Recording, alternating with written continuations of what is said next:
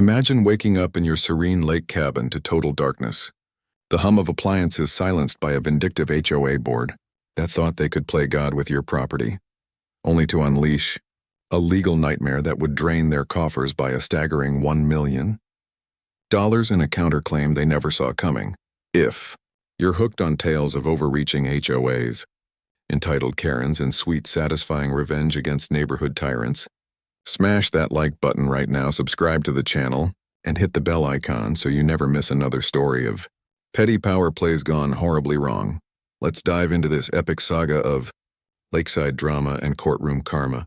The story began in the tranquil community of Whispering Pines, a cluster of upscale cabins nestled along the shimmering shores of Lake Evergreen, where the air carried the scent of pine needles and fresh water, and the evenings were painted with sunsets that dipped below the horizon like molten gold. Our protagonist, Alex, a hardworking software engineer from the city, had inherited the cabin from his late grandfather, a man who cherished the solitude of the lake as an escape from the chaos of urban life. Alex had poured his savings into renovating it, transforming the modest wooden structure into a cozy retreat with modern amenities, a solar-powered backup system, a wraparound deck overlooking the water, and a small dock where he could launch his kayak at dawn. The cabin was more than a vacation spot. It was a sanctuary, a place where Alex could unplug from the digital world and reconnect with nature, fishing for bass in the early mornings or stargazing on clear nights. But Whispering Pines was governed by a homeowners association, the HOA, known locally as the Pine Guardians, a board of 5 self-important residents who wielded their rulebook like a scepter. Led by Marjorie, a retired accountant with a penchant for micromanaging, the board enforced bylaws that ranged from the reasonable, like maintaining clear pathways, to the absurd, such as prohibiting bird feeders that attracted undesirable wildlife. Alex had always paid his dues on time, attended the occasional meeting via video call, and kept his property immaculate. But tensions simmered beneath the surface. Whispers among neighbors spoke of Marjorie's grudges, how she once fined a family for planting non-native flowers, claiming they disrupted the ecological harmony, or how she patrolled the lakeside paths with binoculars, noting infractions in a little black notebook. Alex's troubles started innocently enough when he decided to install a small wind turbine on his roof to supplement his solar panels, a green initiative that would reduce his reliance on the grid and lower his carbon footprint. The turbine was discreet, barely visible from the road, and complied with local zoning laws, but it caught Marjorie's eye during one of her routine inspections. She deemed it an unsightly addition that violated the HOA's aesthetic guidelines, which vaguely prohibited structures that alter the natural silhouette of the property.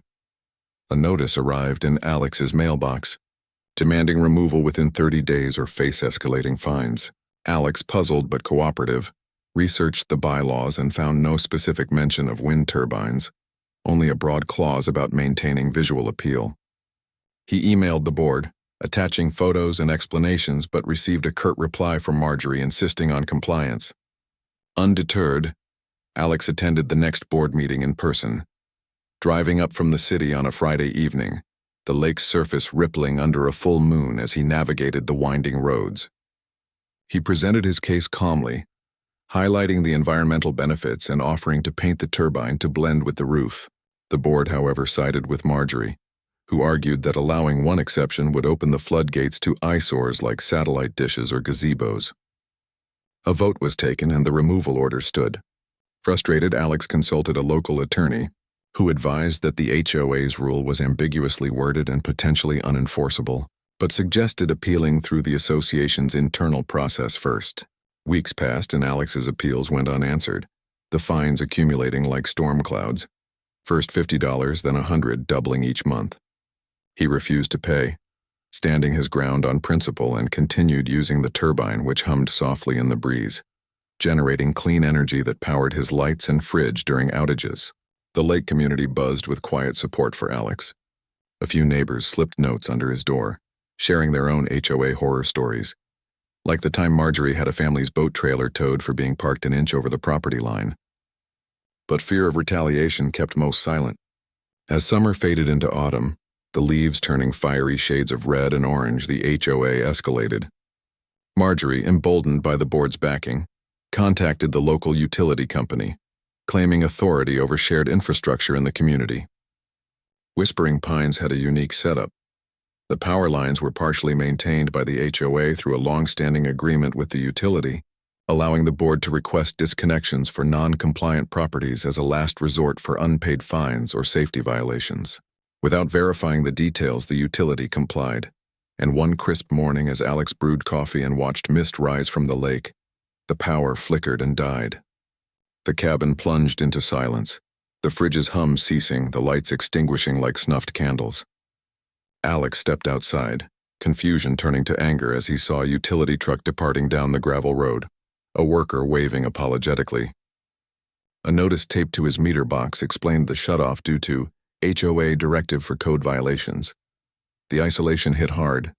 Without power, the cabin's well pump failed, cutting off water, and the heating system shut down as temperatures dipped toward freezing at night.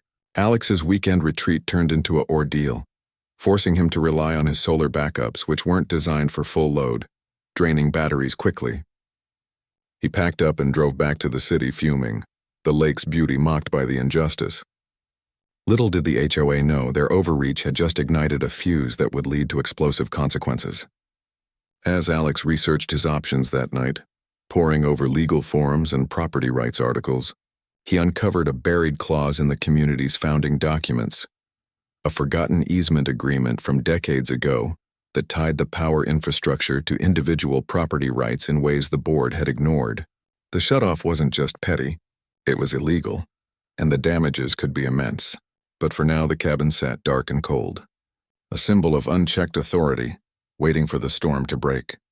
The power outage at the lake cabin marked the turning point, transforming Alex's frustration into a calculated quest for justice as the autumn winds howled across Lake Evergreen, stripping branches bare and mirroring the stripping of his rights.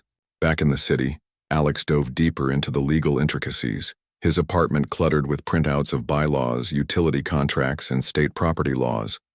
He discovered that Whispering Pines' power setup stemmed from a 1970s development deal, where the original builders granted easements to homeowners for uninterrupted utility access, explicitly prohibiting the HOA from using disconnections as enforcement tools unless for imminent safety hazards, a condition clearly not met by a small wind turbine.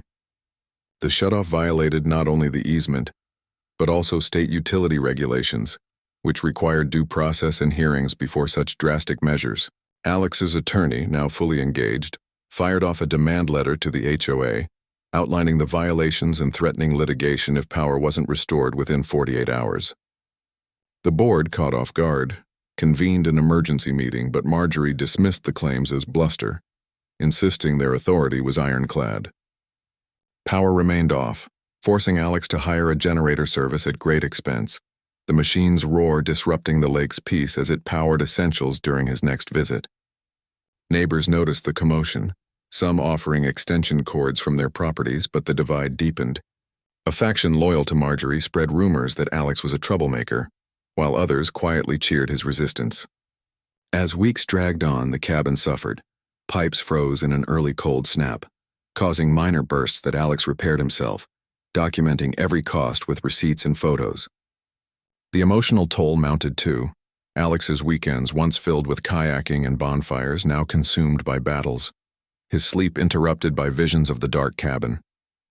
Digging further, Alex unearthed historical records at the county clerk's office, revealing that the HOA had a pattern of overreach, with past lawsuits settled quietly to avoid publicity. One case involved a similar utility shutoff years ago, resulting in a confidential payout hinting at vulnerability. Emboldened, Alex filed a formal complaint with the State Utility Commission, which launched an investigation subpoenaing records from the HOA and the power company. The board scrambled, hiring their own lawyer, but cracks appeared. One member resigned, citing discomfort with Marjorie's aggressive tactics. Meanwhile, Alex's research led to a bombshell. The easement agreement included a penalty clause for wrongful interference, stipulating liquidated damages based on property value and lost use, potentially escalating to 7 figures if proven intentional. With evidence mounting, Alex sued the HOA in small claims court for immediate relief, but the case quickly outgrew that venue, transferring to Superior Court where damages could soar, Discovery revealed emails from Marjorie directing the shutoff without board consensus. Her messages laced with personal vendetta after Alex had once questioned her at a meeting. The lake community polarized.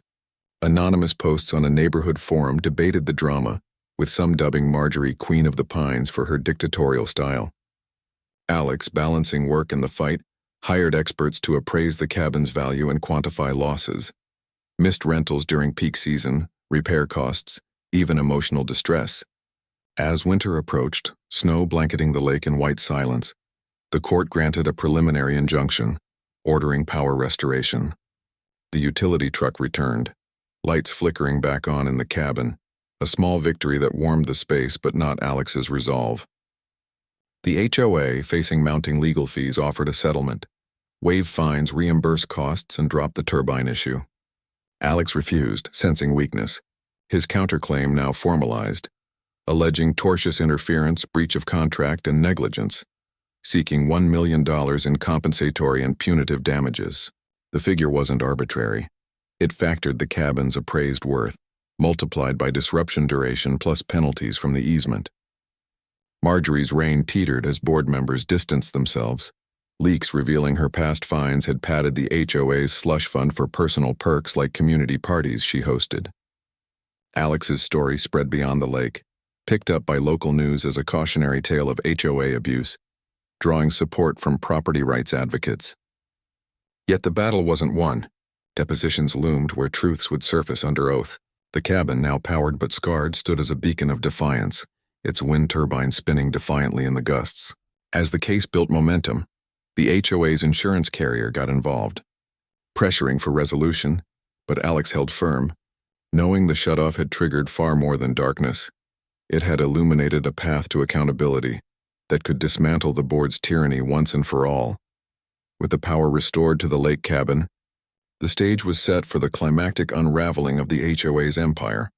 As winter's grip on Lake Evergreen gave way to spring's thaw, melting snow revealing the resilient green beneath, much like the emerging truths in the courtroom.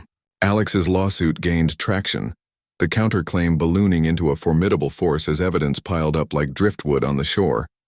Depositions exposed Marjorie's machinations. Under questioning, she admitted authorizing the shutoff unilaterally, driven by a grudge that traced back to Alex's grandfather, who had once challenged her father's role on the original board decades ago. A petty legacy of resentment passed down like an heirloom.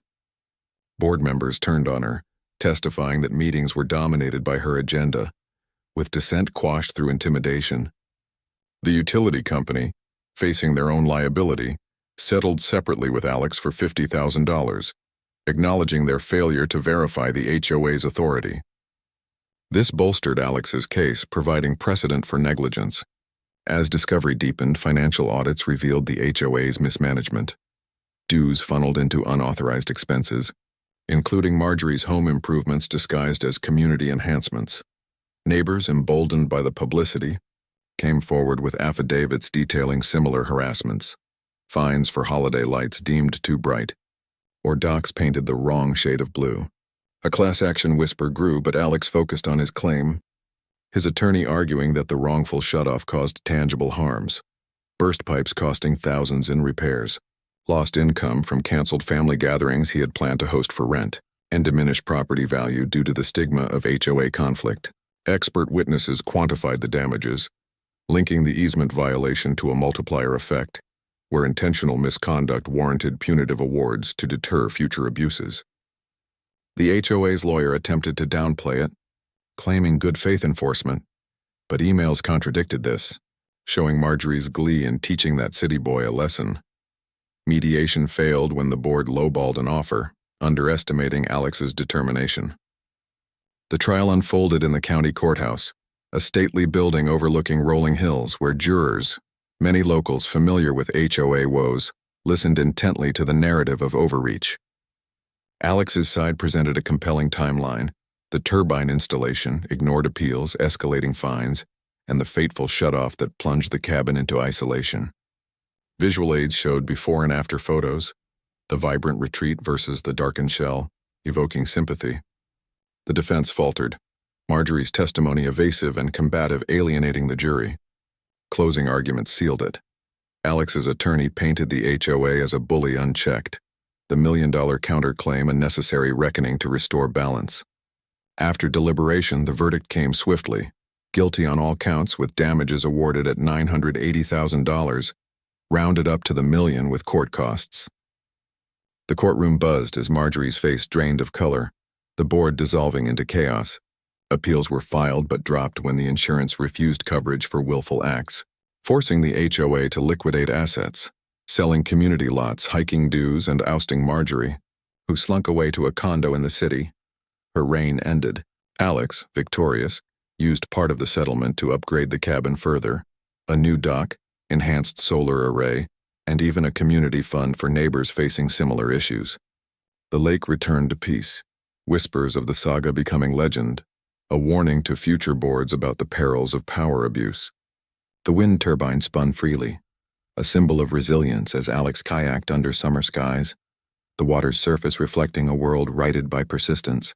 The counterclaim hadn't just restored electricity, it had sparked a brighter future for Whispering Pines, free from the shadows of tyranny.